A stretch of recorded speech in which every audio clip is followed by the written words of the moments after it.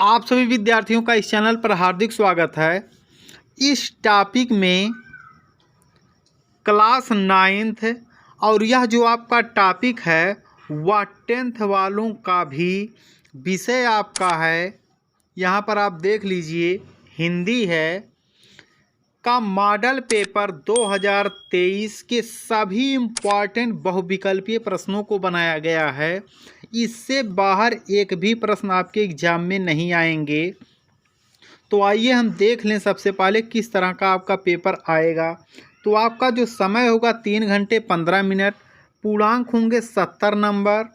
कुछ यहाँ पर निर्देश आपको दिए रहेंगे। प्रारंभ के 15 मिनट परीक्षार्थियों को प्रश्न पत्र को पढ़ने के लिए निर्धारित है।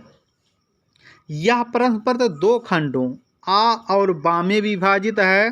खंड आ के 2 उपखंड का और खा हैं। उपखंड का से 10 बहुविकल्पीय प्रश्न और खा से 10 बहुविकल्पीय प्रश्नों का उत्तर आपको OMR सीट पर उत्तर देना होगा, चाहे आप 9th के हों या 10th के हों। प्रत्येक जो प्रश्न होंगे 1 अंक के होंगे, जो बहुविकल्पीय प्रश्न होंगे। और आपका खंड बा जो होगा उसमें 50 नंबर का वर्णनात्मक प्रश्न होंगे, यानी आपको वह लिखित रूप में मिलेंगे और प्रत्येक प्रश्न के लिए अंक उसके सामने अंकित रहेंगे। तो आइए हम इस टॉपिक में उन इम्पॉर्टेंट बहुविकल्पीय प्रश्नों का अध्ययन करें जो कि क्लास 9th और 10th के विद्यार्थियों के लिए वेरी इम्पॉर्टेंट है। तो आपका जो पहला प्रश्न है, गोदान किस विधा की रचना है? वेरी इंपॉर्टेंट क्वेश्चन है। गोदान किस विधा की रचना है? कहानी है, उपन्यास है, निबंध है या नाटक है? पहला जो आपका प्रश्न है, गोदान किस विधा की रचना है, तो आपका उत्तर होगा उपन्यास। गोदान के जो लेखक हैं वह हैं मुंशी प्रेमचंद्र। अब हम दूसरे प्रश्न को देखते हैं। सभी प्रश्न चुनकर बनाए गए हैं जो कि परीक्षा में आने तय हैं। दूसरा जो आपका प्रश्न है, हिंदी प्रदीप पत्रिका के संपादक हैं। हिंदी प्रदीप पत्रिका के संपादक हैं भारतेंदु हरिश्चंद्र, पंडित बालकृष्ण भट्ट, प्रताप नारायण मिश्र और बाल मुकुंद गुप्त। हिंदी प्रदीप पत्रिका के संपादक हैं। तो दूसरे प्रश्न का उत्तर होगा पंडित बालकृष्ण भट्ट। अब तीसरा प्रश्न देखते हैं। सरस्वती पत्रिका के संपादक थे महावीर प्रसाद द्विवेदी, जगन्नाथ रत्नाकर, किशोरी लाल गोस्वामी या राधा कृष्ण दास। सरस्वती पत्रिका के संपादक थे। तो तीसरे प्रश्न का आपका उत्तर होगा महावीर प्रसाद द्विवेदी। अब हम अगला प्रश्न देखते हैं। हंस पत्रिका का संस्थापक कौन था? प्रेमचंद, बालकृष्ण भट्ट, प्रताप नारायण मिश्र या बाल मुकुंद गुप्त। चौथा जो आपका प्रश्न है, हंस पत्रिका का संस्थापक कौन था?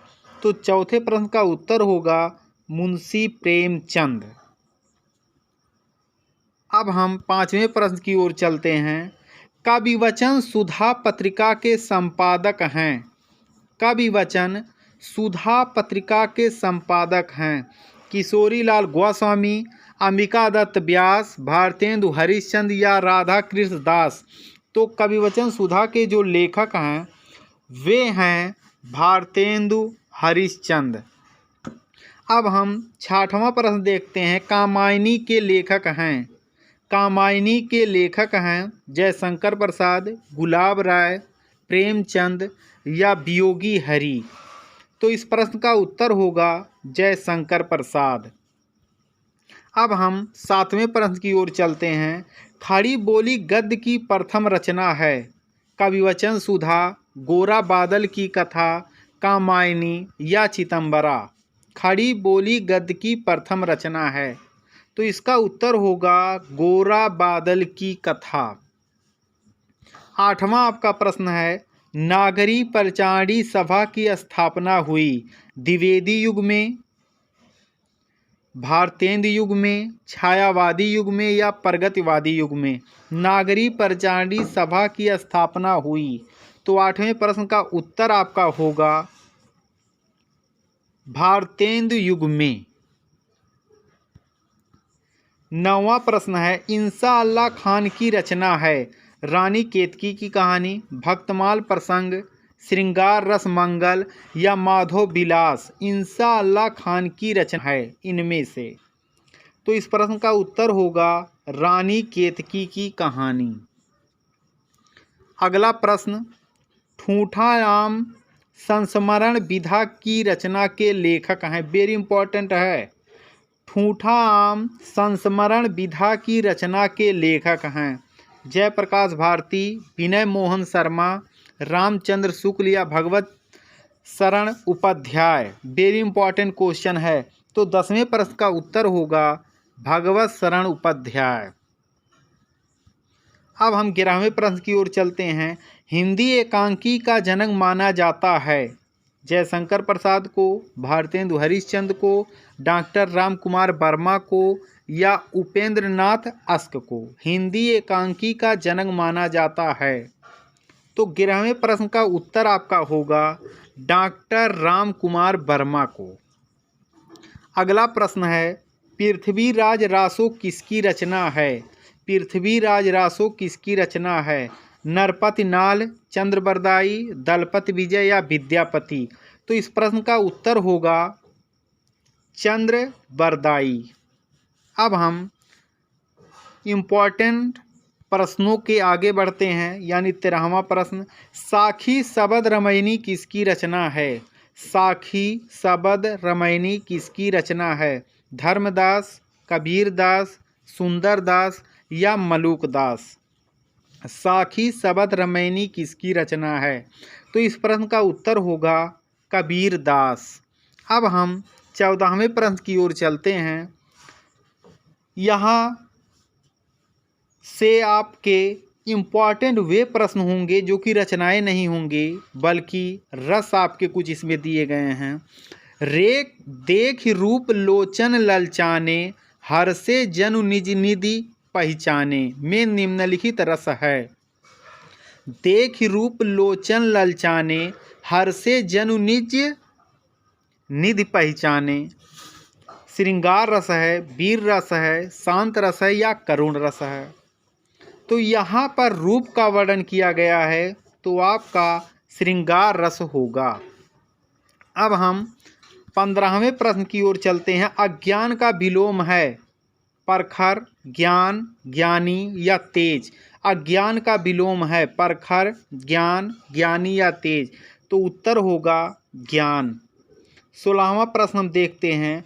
अस्थि शब्द का तत्भव बताइए। अस्थि माने हड्डी होता है, आप लोग जानते होंगे। कलश, हड्डी, अश्रु, अग्र?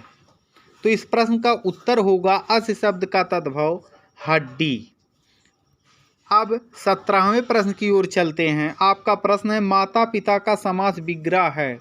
अव्ययी भाव समास, द्विगु समास, द्वंद्व समास या तत्पुरुष समास? माता पिता का समास विग्रह है तो इस प्रश्न का आपका उत्तर होगा द्वंद्व समास। जहाँ दोनों पद प्रधान होते हैं वहाँ द्वंद्व समास होता है। अब 18वें प्रश्न की ओर चलते हैं। कमल, राजीव, जलज, नलिन आदि कहलाते हैं। कमल, राजीव, जलज, नलिन आदि कहलाते हैं विलोम, पर्यायवाची, उपसर्ग या प्रत्यय? तो 18वें प्रश्न का आपका उत्तर होगा पर्यायवाची।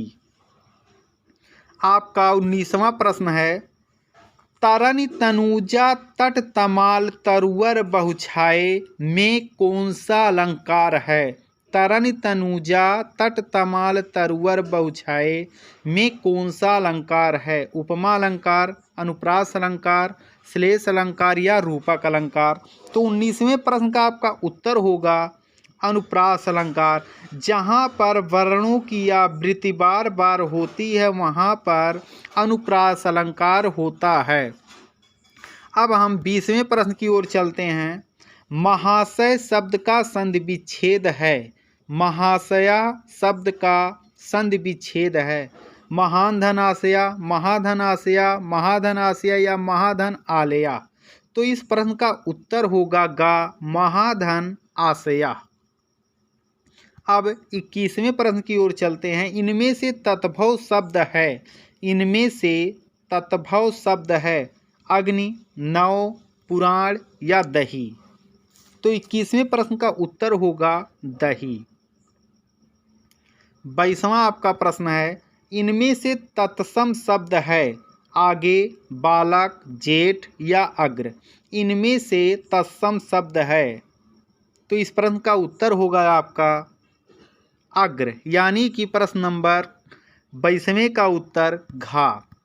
अब हम 23वें की ओर चलते हैं। इनमें से शुद्ध शब्द का चयन कीजिए। शुद्ध शब्द का चयन मृग, कृपालु, कृपण या मृग। शुद्ध शब्द का आपको चयन करना है, तो इस 23वें प्रश्न का उत्तर होगा खा, कृपालु। 24वें प्रश्न की ओर चलते हैं। इनमें से अशुद्ध शब्द का चयन कीजिए। इनमें से अशुद्ध शब्द का चयन कीजिए रमेश, निरिप, कृपालु या हाथी। अशुद्ध शब्द का चयन कीजिए, तो उत्तर होगा कृपालु। अब हम अगले प्रश्न की ओर चलते हैं। आदिकाल को और किस नाम से जाना जाता है? भक्तिकाल, रीतकाल, वीरगाथा काल या आधुनिक काल। तो इस प्रश्न का उत्तर होगा वीरगाथा काल। अगला प्रश्न है। इनमें से अशुद्ध बर्तनी वाला शब्द कौन सा है? अधीन, अधीन, बारात या संसारिक। तो इस प्रश्न का उत्तर होगा 26वें का अधीन। अब हम 27वां प्रश्न देखते हैं।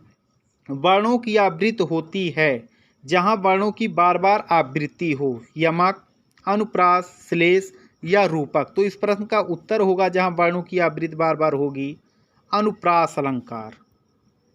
28वां आपका प्रश्न है।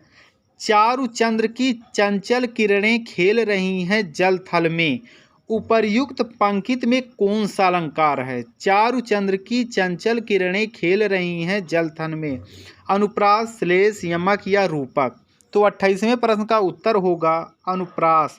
अब हम 29वें प्रश्न की ओर चलते हैं। भारत दूरदशा के रचनाकार हैं महावीर प्रसाद द्विवेदी, भारतेंद्र हरिश्चंद्र, पंडित बालकृष्ण गुप्त या बाल मुकुंद गुप्त। तो 29वें प्रश्न का आपका उत्तर है भारतेंद्र दूरदशा के जो लेखक हैं उनका नाम है भारतेंदु हरिश्चंद्र। 30वां आपका प्रश्न है।